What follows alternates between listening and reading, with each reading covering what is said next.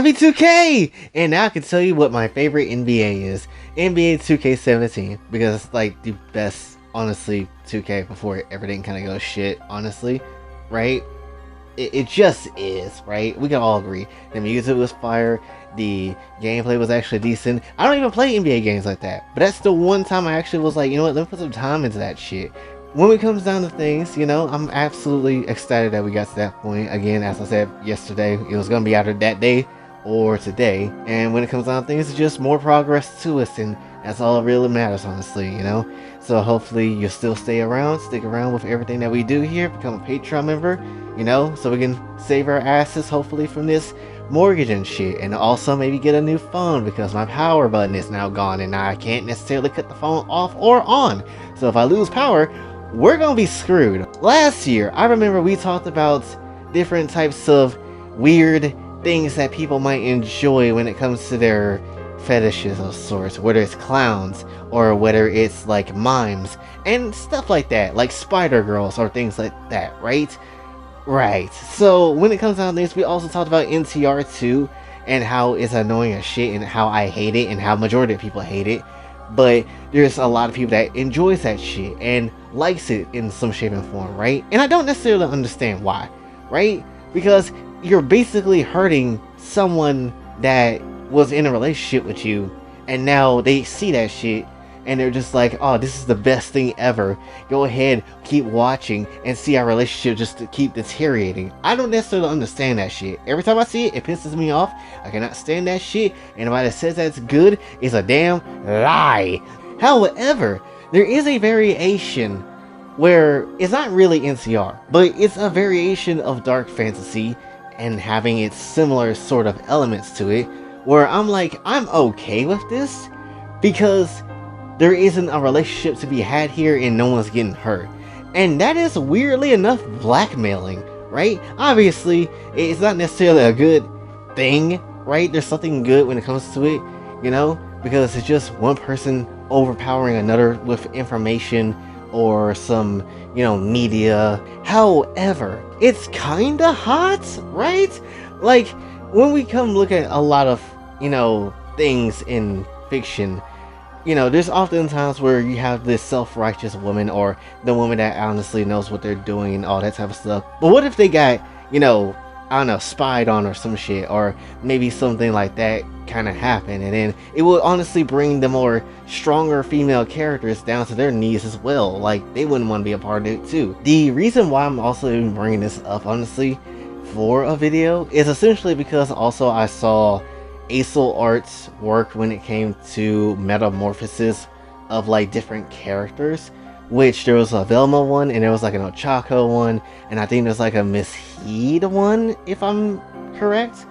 I think there's a fair amount of them that exist, honestly, right? And so when it comes down to things, I was just like, damn, Ochako being in this situation.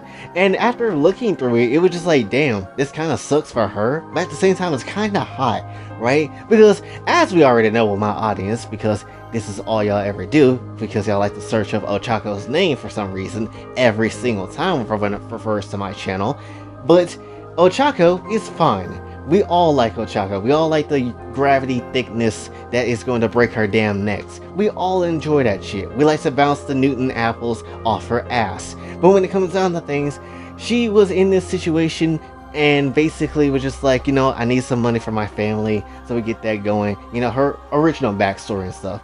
But then, you know, obviously she kept going with it and, you know, dressed up as a cheerleader, start dancing, whatever. Then the loot stuff started happening, and as time kind of progressed, she ends up turning into this horror of her former self. And it's just like, well, damn, what the hell happened to you, Gravity?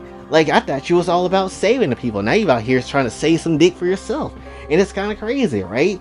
So it's just like, you know, it's a very different form of what you would see Uraraka actually be, right? In reality, she would never do something like this, no matter how down bad she might need to be for money and stuff like that, right?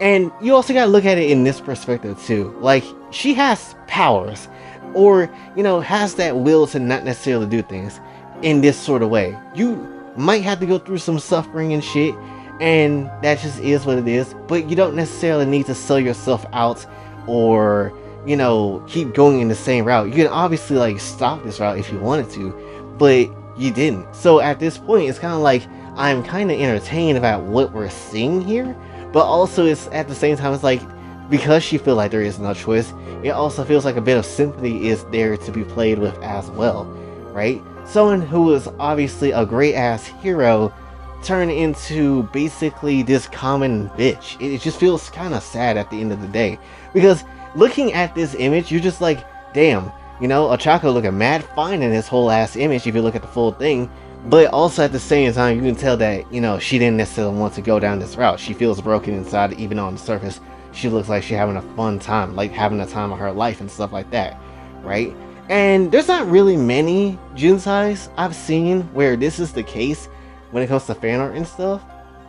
The only other time I could think of this when it comes to, you know, characters being, you know, put in a position like this and then coming out broken was like Yu-Gi-Oh! With Yuzu and Tori, because I know Tori had one, and obviously, you know, when she was put in this position, you know, she didn't necessarily know what to do. She was basically kind of screwed, and then they had her way with her, and then now she's like this broken ass chick, and that's how she is. And then again, if you pay attention to a lot of Tori Jinsai material, you would know that she, across the board of Jinsai, has this same expression throughout a lot of different, you know, artists' work and stuff like that. Like this broken version of Tori when she is used a shit ton by her faded ass eyes and stuff like that, you know? So that's like a major thing that you can kind of, you know, see that, yeah, this is basically like a metamorphosis type of situation. Same thing with Yuzu as well. Yuzu was put in random situations too, and, you know, she'll hide and keeping secrets and stuff. But overall, at the end of things, she ends up revealing that, you know, she's been doing this type of thing and she's pregnant and stuff like that. And again, it's hot. It's sad. It's effed up, but it's also hot. This is kind of like, I guess, if I were to give this an anime perspective of things, redo a healer, right? And don't get me wrong, absolutely, still, I did not necessarily mess with redo a healer, but there is some parts of it was just like, you know what? Yeah, I kind of agree. You should get your revenge. If someone screwed you in this sort of way, as bad as this was, then yeah, I don't even be mad at him for doing that type of shit, right? It's like basically the same time when he, you know, clapped the cheeks of the first girl, I think Flare, right? You know, and then he went out his way to manipulate Setsuna and got some cheeks off of her, and then, you know, did a whole bunch of other things with Princess Norn and got some of that, right? Killed Blade off without touching her. I'm still mad and confused about that one. I will never forget that shit, but it still feel like kind of somewhat the same situation. Outside of, you know, there is no blackmail here. We're just basically having the power to do something. I guess really it's more about the dominance of this that I like than it is the actual, like, oh, blackmailing reason and stuff like that. I guess that's what this is coming down to, I suppose. It's low-key kind of hot because it's like, well, I never saw this character doing this, or this character doing this would be a little bit, you know, wild, and it's still kind of hot in some shape or form. So I guess that's, again, part of the reason why, you know? Basically taking the most not so thought about character and maybe putting them in this position where they are powerless, and, you know, putting them in this position where they can't necessarily do anything to change anything is low-key kind of hot. It's kind of the same thing with that one Jinora doujin that we read a while ago, right? Outside of the fact that Jinora this time was actually, you know, more dominant than Korra was, and then so that was like this crazy ass relationship and stuff, and that was fun, and I actually really enjoyed that doujin. I still love that doujin because of how different it was and how Jinora was basically the bad evil guy, right? And it was very entertaining and it was hot. So when it comes down to things, I guess I just like the dominance in all of it, honestly. Dominating your opponent when it comes to things is just fine as hell. It's saucy, and honestly, I kind of want to see more of it, honestly. Way better than NCR could ever do. Anything that could ever provide.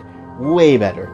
So, yeah, I guess we could call that, I guess, the metamorphosis effects. Because in reality, you know, Saki was put in that position, and then basically got used by every damn body that was more powerful than her, and she just basically went along with it, and that was essentially it, breaking her in the process and killing her, which is again unfortunate, but it is what it is. So I guess that's essentially what I have for you on this one.